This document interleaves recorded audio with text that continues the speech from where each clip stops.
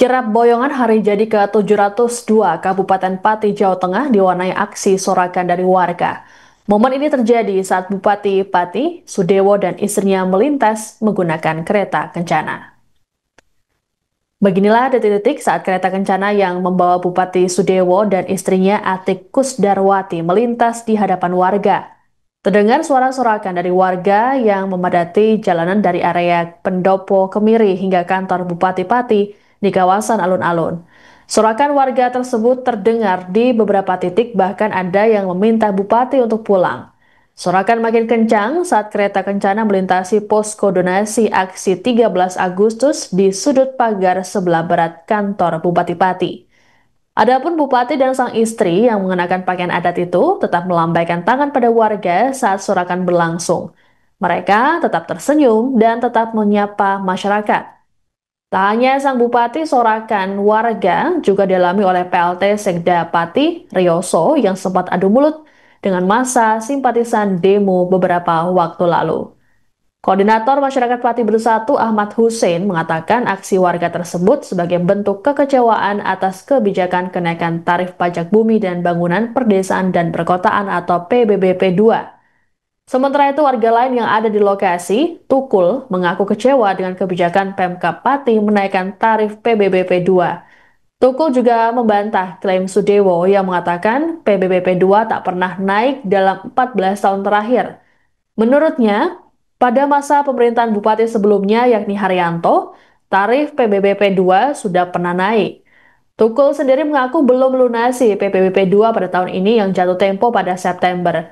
Ia mengaku ingin melihat lebih dulu hasil unjuk rasa pada 13 Agustus mendatang.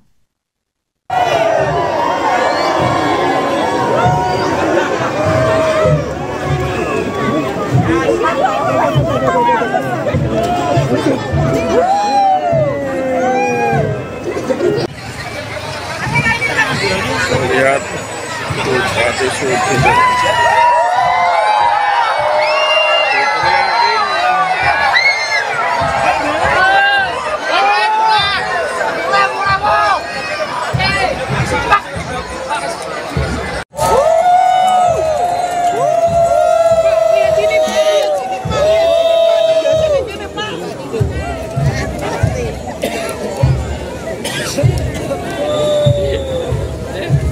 Ya, dari mana Pak jenengan berarti? saya dari kelompok PKL Kembang Joyo. Saya sebagai ketuanya. Ya, dan saya mendukung dengan antusias masyarakat dan berterima kasih atas donaturnya yang diberikan untuk perjuangan masyarakat Kabupaten Pati dengan adanya kebijakan Bupati Pati yang menaikkan pajak sampai 250%. Ini sangat memberatkan karena Bupati tidak melihat kondisi saat ini masyarakat bagaimana, tidak tahu kalau terus langsung menaikkan pajak. Padahal zaman Haryanto itu pajak naik sekitar berapa persen aja, 10 antara 20% aja pada tahun 2002. Dan dia bilang kalau sampai 14 tahun tidak ada kenaikan pajak itu bohong. Artinya tetap ada kenaikan selama kurun waktu 14 tahun itu Pak ya? Iya, padahal itu sudah ada. Zaman Pak Haryanto saya dulu pajak saya 36.000, naik berapa 60 Pak, berapa itu. Kalau sekarang berapa Pak? Sudah bayar belum Pak pajak sekarang? Belum, saya belum bayar pokoknya. Saya melihat kondisi saat ini. Walaupun di sekitar kita didatangi, saya enggak ada yang berani. Karena saya kan ada jatuh temponya sampai September. Nanti saya lihat ini, nanti dengan adanya demo masyarakat atas undangan Pak Sudewo nanti bagaimana kebijakannya. Pak, kalau dampak ekonomi Bupati Pati Sudewo akhirnya berbicara mengenai polemik kebijakan kenaikan tarif pajak bumi dan bangunan perdesaan dan perkotaan atau PBBP 2. Sudewo menyatakan dirinya siap berdialog dan menerima masukan dari berbagai pihak terkait kebijakan penyesuaian nilai jual objek pajak atau NJOP yang berimbas pada kenaikan pajak hingga maksimal 250%. Hal ini disampaikan oleh Sudewo dalam wawancara eksklusif pada Rabu 6 Agustus malam di Pati, Jawa Tengah. Sudewo menegaskan bahwa pemerintah hanya terbuka terhadap komunikasi, baik secara individu ataupun kelembagaan.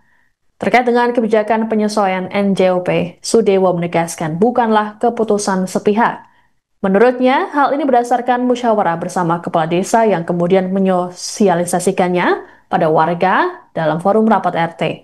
Lebih lanjut dikatakan Sudewo, angka maksimal 250% merupakan hasil masukan dari bawah, yang menjelaskan penyesuaian NJOP merupakan amanat Undang-Undang Nomor 1 Tahun 2022 tentang hubungan keuangan antara pemerintah pusat dan daerah. UU tersebut mewajibkan penyesuaian NJOP dilakukan setidaknya setiap 3 tahun. Sementara Sudewo mengklaim selama 14 tahun baru kali ini ada penyesuaian NJOP. Menurut Sudewo, sebelum penyesuaian pihaknya menemukan NJOP yang harganya Rp3.000 per meter persegi. Fleksibel, saya lunak, saya mendengarkan masukannya dia, dan saya juga akan lunak untuk komunikasi. Persoalan kan selama ini mereka juga tidak meminta komunikasi. Dan saya itu menawarkan komunikasi pasti dengan organisasi-organisasi tertentu. Kalau yang sifatnya individu itu bagaimana? Saya komunikasikan tidak harus saya langsung. Kan bisa melalui staf saya. Mereka minta klarifikasi, staf saya layani, datang ke BPKAD layani, dia membawa pengacara juga kami layani, dan ada argumentasi, ada debat di situ dari aspek regulasi juga buka-bukaan bla-bla. Jadi apa masalahnya? Ya, apa masalahnya? Download Tribun X sekarang. Menghadirkan lokal menjadi Indonesia.